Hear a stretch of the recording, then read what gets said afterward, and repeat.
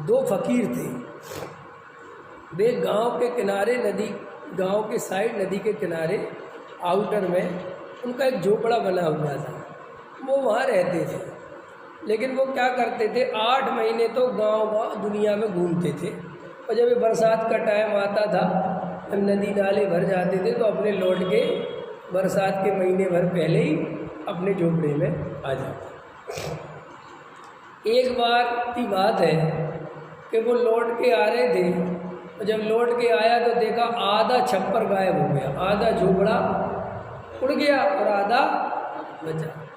तो उनमें से पहला फकीर बोला, मेरा इसलिए भगवान से कभी कभी विश्वास उठ जाता है।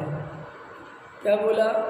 मेरा कभी कभी भगवान से इसलिए विश्वास उठ जाता है कि गांव में इतने इतने मकान खड़े हैं, वे नहीं गिरे, और अपन झोपड़े में शांति से रहते हैं। भगवान को अपना झोपड़ा भी प्रॉब्लम कर रहा है, मैंने वो झोपड़ा भी आधा उड़ा दिया। ख्याल में तो दूसरा फकीर था, वो कुछ नहीं बोला, वो शांत था, और ये अपना बोलता जा रहा है, भगवान को शिकायत करता जा रहा है। रात्रि हुई तो बारिश हुई, बारिश भी होने लगी।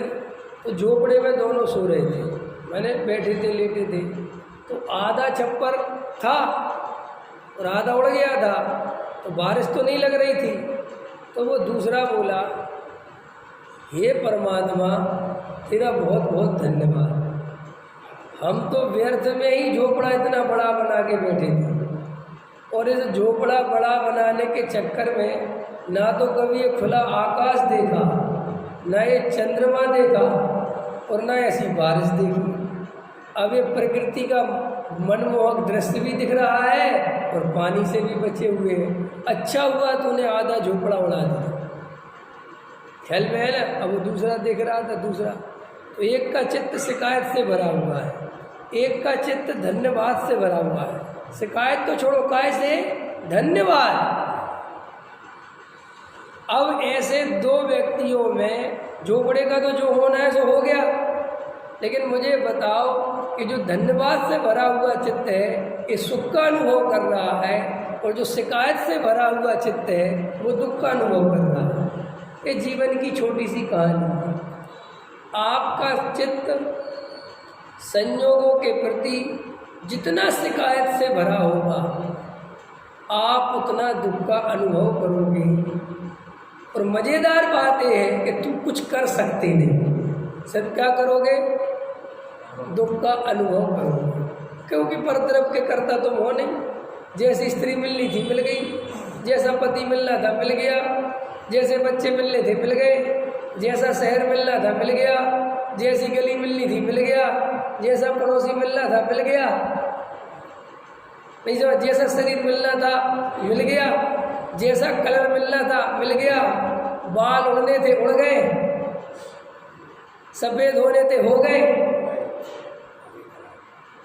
अब तुम जितनी शिकायतों की लिस्ट बढ़ाते जाओगे उतना तुम्हारा जीवन दुखमय होता चला जाएगा।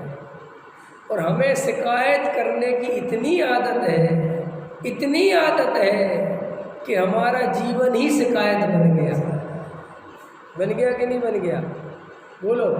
घर में तो शिकायत, बाजार में तो शिकायत, पक्का है ना? ऑफिस में शिकायत, व्यापार में शिकायत, नौकर से शिकायत, प्रकृति से शिकायत, भोजन में शिकायत, मंदिर जाए शिकायत।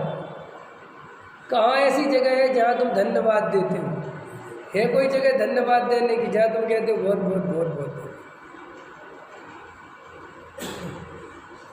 इतनी बढ़िया दुनिया तुम्हें देखने मिल रही, कभी इन आँखों के लिए धन्यवाद दे तो अरे भैया अपनी आँखें सही है भैया, बहुत बहुत धन्यवाद देते हो। किसी चीज़ को धन्यवाद देते? कहीं कोई धन्यवाद है ही नहीं। अरे कभी हृदय से पंडित जी को धन्यवाद नहीं देते, कभी हृदय से पत्नी को धन्यवाद नहीं देते। पत्नी पानी दे तो कोई थैंक यू नहीं बोलता, कोई धन्यवाद नहीं देता, जबकि दिन रात सेवा करती है।